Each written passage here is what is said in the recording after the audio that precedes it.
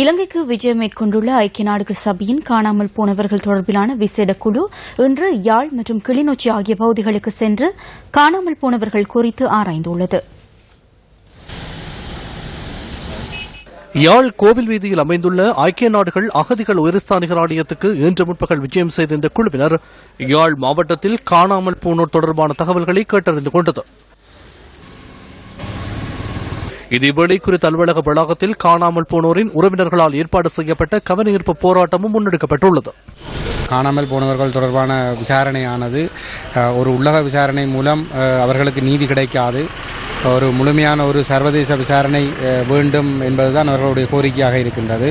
நல்லாட்சி அரசாங்கம் என்று சொல்லுகின்ற இந்த புதிய அரசாங்கம் கூட காலத்தை இழுத்தடித்துக் கொண்டு செல்லுகின்றதை தவிர ஏற்கனவே 20க்கும் மேற்பட்ட வழக்குகள் காணாமல் போனவர்கள் தொடர்பாக சில மனித உரிமை அமைப்புகளினால் தாக்கல் செய்யப்பட்டிருக்கின்ற ஒரு நிலைமையிலே அது தொடர்பாக ஒரு ஆக்கப்பூர்வமான நடவடிக்கைகள் எதனையும் எடுக்காமல் அல்லது உரிய விசாரணைகளை சரியான முறையிலே மேற்கொண்டு அவர்களை கண்டுபிடிப்பதற்கு எந்தவிதமான நடவடிக்கைகளும் எடுக்காமல் வெறுமனே காலத்தை இழுத்தடிக்கின்ற செயல்பாடுகளை மட்டும் செய்து கொண்டிருக்கின்றார்கள்.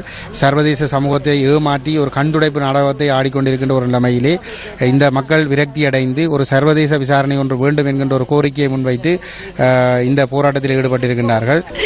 இந்த புள்ளையாவது எனக்கு உயிரோட நீங்கள் மீட்டு தருவீங்கன்னு நான் கேட்கிறேன். எனக்கு இந்த பிள்ளைய மீட்டு தாங்கும், எனக்கு இந்த பிள்ளை எனக்கு வேணும்.